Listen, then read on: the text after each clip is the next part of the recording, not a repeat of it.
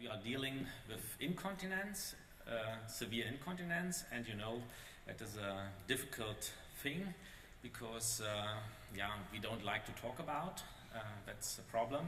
For sure we will not die, but it's a really critical issue for the quality of life. And finally, social isolation is a critical issue as well.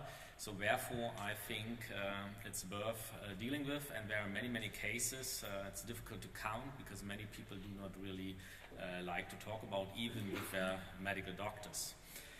From an anatomical point of view, we realize that the sphincter muscle, is really a complicated one. If you ask a medical doctor or an anatomist about the functionality and you get it explained, you will realize it's really one of the most complex parts of the human body. From an engineering point of view, however, it is the simplest muscle you can imagine, and it's even simpler than a water pipe because we have just two states to be realized, that is the open state and the closed state. So in most cases we want to be continent, that means it's closed, and we open it just for a very well-defined period of time. Nevertheless, it's difficult to build that interface, and we have to define the target specifications for a biomimetic design. That means a design that is very similar to the nature, or some people would also say a nature analog design. That means that we keep the functionality as in the healthy human. And what we have done so far is we have analyzed the anatomical restriction, that means mainly the geometry.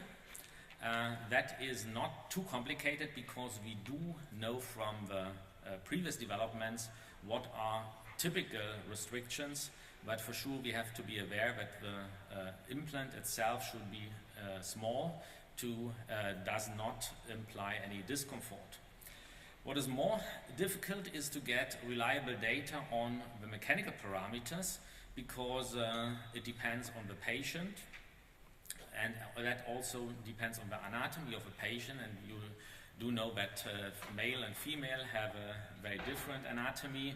We have different ages, so the parameters are different, and also the measurements from the different medical doctors are showing some variation.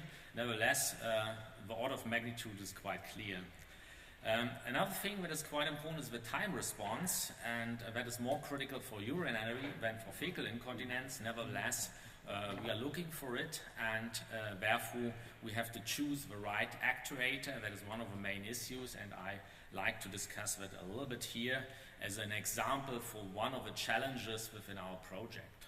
So what we do have to realize is a capacitor that consists of a nanometer thin polymer layer that is contacted on both sides, and I think the realization of a polymer layer is less difficult than the realization of a contacts. And the reason behind is that to produce the polymer layers that are much thicker than the contacts is easy, but contacts can also be produced, but they will dominate the mechanics, and that is really a challenge, and that was also realized by the reviewers of our project, and they told us that one of the big risky things of a project itself to realize a structure that will work and the electrodes that could work. And we tried to find some solutions, and there are two ideas we have